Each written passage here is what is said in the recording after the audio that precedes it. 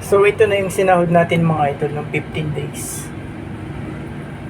Di ba? Magcha-chop ka lang ng manok, meron ka ng ganito.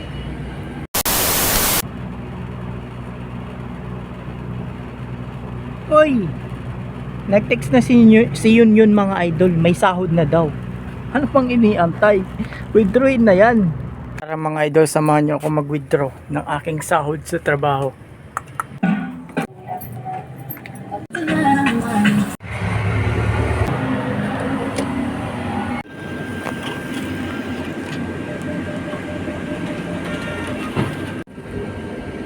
Magcha-chop ka lang ng manok, maglilinis, magsiserve sa customer, meron ka na agad pera.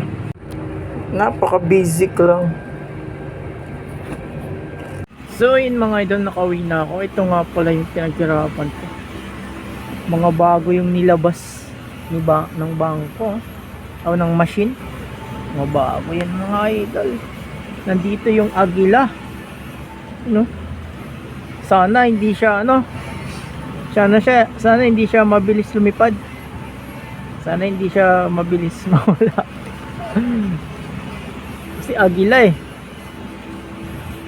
nandito yung puyat, pagod, lipasan ng gutom, sermon ng bisor, paninira ng kasama. Pag-uusapan ka pag wala ka sa trabaho, pwede na tayong hindi pumasok kasi bagong sahod tayo mga idolo. Pwede na lang tayo matulog.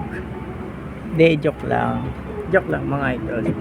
Kailangan natin pumasok para meron tayong sahurin sa susunod na sahuran.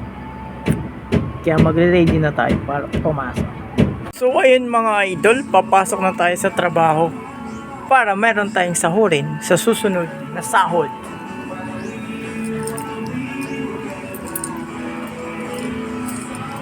So ayan mga idol, nandito na tayo sa aking trabaho.